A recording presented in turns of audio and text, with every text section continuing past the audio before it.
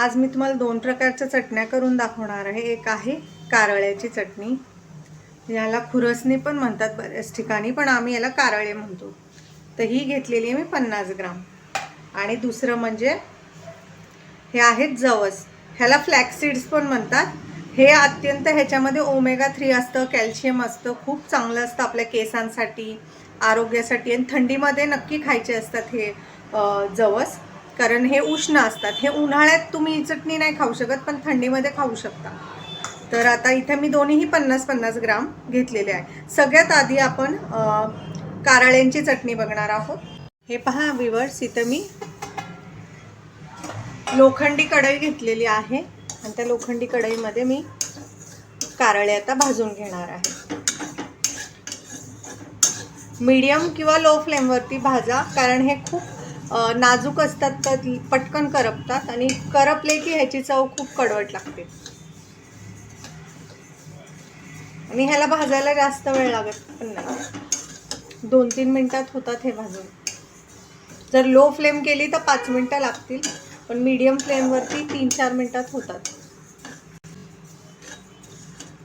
हे कोरडेच आपल्याला भाजायचे, ह्याच्यात तेल वगैरे काही घालायचं नाहीये, कारण ह्या जी जवसाची आणि कारळ्यांची जी चटणी आहे ना, ती अगदी 3-3, 4-4 महिने खराब होत नाही।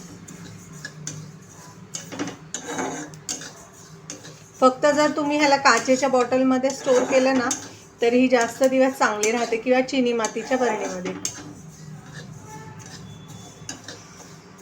प्लास्टिकच्या बरणीत स्टोर केल्यानंतर काही दिवसांनी प्लास्टिकचा वास येतो चटणीला, त्यामुळे शक्यतो, आणि जर नसेल तुमच्याकडं काचेची बरणी, तर तुम्ही स्टीलच्या एखाद्या डब्यात जरी चटणी ठेवली तरीही चालेल। हे पहा आता आवाज येतोय आणि हे उडतात पण हलके हलके। हे पहा आता आपले कारळे जे आहेत ना, ते भाजून झालेले आहेत। तर आपण हे एका प्लेटवर काढून घेऊया। पहा आता कढईमध्ये ना आपण कढीपत्त्याची पानं भाजून घ्यायची आहेत, जी आपण चटणीमध्ये ॲड करणार आहे। ह्याच्यामुळे काय होतं ना, कढीपत्ता पण खाल्ला जातो आणि कढीपत्त्यामुळे आपलं केस वगैरे पण काळी राहण्यास मदत होते। त्यामुळे ही देखील छान अशी कुरकुरीत होईपर्यंत भाजून घ्यायची आहे। आणि त्यासोबत टाकायचं आहे थोडंसं लसूण, तो देखील भाजून घ्यायचा आहे।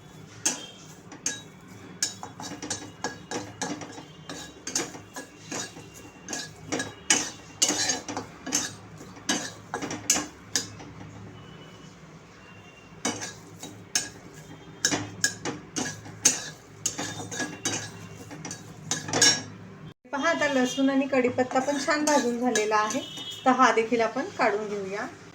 हे पहा व्ह्यूअर्स, आता जे ना आपले कारळे थोडेसे थंड होईपर्यंत ना आपण इथं जवस भाजून घेऊया आपल्या जवसाच्या चटणीसाठी। हे देखील 50 ग्राम आहेत। हे पण आपल्याला लो टू मीडियम फ्लेमवरती भाजून घ्यायचे आहे।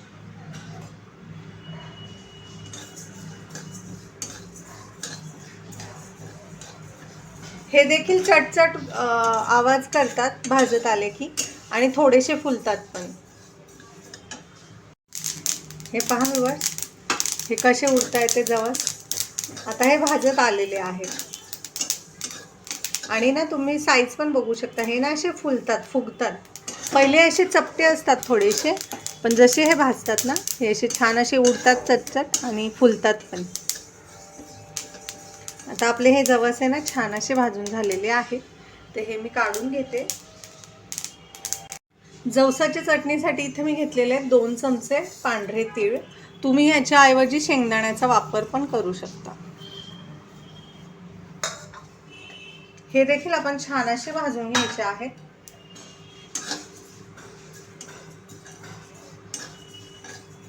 तीळ खाणं पण खूप चांगलं असतं थंडीच्या सीझनमध्ये। हे आपल्या शरीराला उष्णता देतात आणि आरोग्यासाठी पण खूप चांगले असतात। हे पहा व्ह्यूअर्स, तीळ देखील आपले फुगलेले आहेत छान आणि भाजलेही गेलेले आहेत। आणि पहा कसे उडतायत चटचट आणि छान असे फुललेत। तीळ भाजायला देखील जास्त वेळ लागत नाही, अगदी छोटे छोटे असतात तीळ, त्यामुळे लगेचच भाजून होतात. तर आता आपण हे काढून घेऊया. इथे ना आता आपल्या जवसाच्या चटणीसाठी ना मी इथे लाल मिरच्यांचा वापर करते. ह्या तिखट मिरच्या आहेत. तुम्हाला कसं कमी जास्त तिखट तुमच्या आवडीनुसार तुम्ही मिरच्या घ्या. थोडासा कढीपत्ता, लसूण आणि ह्याच्यामध्ये टाकायचं आहे थोडंसं जिरं. आणि आता छान असं हे भाजून घ्यायचं आहे. मिरची आणि कढीपत्ता छान असा कुरकुरीत होईल. थोडंच भाजायचं, ह्याच्यात तेल वगैरे टाकू नका. जर आपण चटणीमध्ये भाजताना जर लसणाला किंवा कढीपत्त्याला तेल टाकलं ना, तर चटणी काही दिवसांनी तेलकट वास येतो तिचा. त्यामुळं काय कशातही तेल न टाकता तुम्ही हे भाजून घ्या कोरडं, ज्यामुळे चटणीही खराब होत नाही लवकर, तेलकट वासही येत नाही. कारण ऑलरेडी जे आपण घेतो ना कारळे आणि जवस तीळ, त्याच्यामध्ये सगळ्यांमध्ये स्वतःचं तेल असतं. आणि तुम्ही ही चटणी खाताना वरून तेल घेऊ शकता. हे पहा, छान असं कुरकुरीत होईपर्यंत कढीपत्ता आणि मिरची भाजून घ्यायचे. गॅसची फ्लेम लोच ठेवायची आहे, नाहीतर जे जिरं आहे ना ते पटकन करपून जातं. आता हे देखील आपलं भाजून झालेलं आहे. हे पहा व्ह्यूअर्स, इथे मी ना थंड झालेले कारळे काढून घेतलेले आहेत मिक्सरच्या भांड्यात. सगळ्यात आधी आपण कारळे फिरवून घ्यायचे. त्याच्यात लसूण कढीपत्ता काहीही टाकायचा नाहीये, कारण बऱ्याच वेळा त्याच्यात कुठलाही पदार्थ टाकला तर कारळे जे आहेत ना ते वाटले जात नाही. त्यामुळे पहिले कारळे वाटून घ्यायचे आहेत. हे पहा व्ह्यूअर्स, किती छान आपले जे कारळे आहेत ना ते किती छान वाटून झालेले आहेत, बघू शकता तुम्ही. तर आता आपण ह्याच्यामध्ये तिखट मिरची पावडर टाकायची आहे. तुम्ही किती तिखट खाणार आहात चटणी त्यानुसार टाका. इथे मी 2.5 चमचे टाकलेले आहे. थोडा आपण ह्याच्यामध्ये चिमूटभरणं हिंग टाकायचं आहे. लसूण आणि कढीपत्ता जो आपण भाजून ठेवलेला होता. आणि आता टाकूया चवीनुसार मीठ. तर इथे मी खडे मिठाचा वापर करतेय, तुम्ही साधं मीठ वापरलं तरी चालेल. आता हे छान असं आपण मिक्सरला बारीक करून घेऊया. पहा व्ह्यूअर्स, आपली कारळ्याची जी चटणी आहे ती तयार आहे, तुम्ही बघू शकता. आता आपण ही काढून एका वाटीमध्ये ठेवूया. तुम्ही हिला काचेच्या बरणीत किंवा कुठल्याही स्टीलच्या डब्यात ठेवू शकता. प्लास्टिकचा शक्यतो वापर करू नका डब्यांचा, कारण प्लास्टिकला नंतर ना खूप खराब वास येतो. ही पहा, आपली कारळ्यांची चटणी तयार आहे व्ह्यूअर्स. आता आपण बनवूया जवसाची चटणी. हेच भांडं घ्यायचं आहे मिक्सरचं आणि त्याच्यामध्ये सगळ्यात आधी ॲड करायचे आहे जवस. हे पहा व्ह्यूअर्स, इथे मी जवस घेतलेले आहेत मिक्सरच्या भांड्यामध्ये. पहिले आपण जवस फिरवून घ्यायचे, त्याच्यात लगेचच कढीपत्ता वगैरे टाकायचा नाहीये. हा व्ह्यूअर्स, आपले जवस ना छान असे दळून झालेले आहेत. तर ते आपण एका प्लेटमध्ये काढून घ्यायचे आहे. आणि त्यानंतर आपण ह्याच्यामध्ये पांढरे तीळ आहे ना ते ॲड करायचे आहेत आणि ते आपण वाटून घ्यायचे आहे. बरेच वेळा तीळ देखील वाटले जात नाहीत, त्यामुळे तीळ सेपरेट आपण इथं वाटतोय. हे पहा व्ह्यूअर्स, आपले तीळ पण मी वाटून घेतलेले आहे. तर आता आपण ह्याच्यामध्ये लसूण मिरची आणि जे जिरं आहे ते आपण ह्याच्यामध्ये ॲड करायचं आहे. कढीपत्ता बघा किती छान भाजलेला आहे, अगदी चुरा होतोय त्याचा. असाच कुरकुरीत भाजून घ्या, म्हणजे चटणी लवकर खराब होत नाही. आणि आता आपण हे फिरवून घेऊया.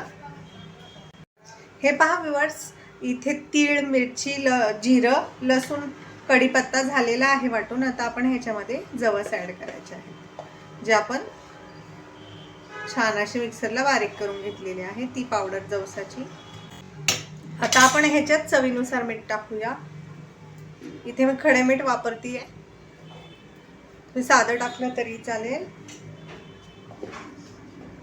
पहा व्ह्यूअर्स, आता आपली ना जवसाची देखील छान अशी चटणी वाटून तयार आहे. ही देखील आपण एका वाटीमध्ये काढून घेऊया. हे पहा व्ह्यूअर्स, आता आपण आपली जवसाची चटणी पण एका वाटीमध्ये काढून घेऊया. आपले दोन्ही चटण्या तयार आहेत.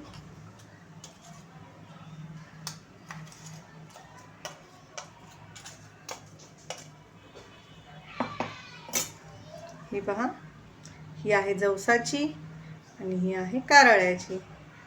ही चटणी मी तुम्हाला जवळून दाखवते. हे पहा व्ह्यूअर्स, आपली कारळ्याची चटणी तयार आहे आणि ही आहे जवसाची चटणी. दोन्हीही चटण्या तयार आहेत. कशा दिसतात ते? दिसतात ना यम्मी यम्मी, टेस्टी टेस्टी. तर या सीझनला थंडीच्या तुम्हीही या चटण्या बनवून पहा आणि नक्की एन्जॉय करा. तुम्ही ह्याला भातासोबत तूप टाकून, चपातीसोबत, भाकरीसोबत, कशासोबतही एन्जॉय करू शकता. माझी चटणीची रेसिपी तुम्हाला कशी वाटली ते कमेंटमध्ये नक्की सांगा. रेसिपी आवडल्यास चॅनल लाईक करा, सबस्क्राईब करा.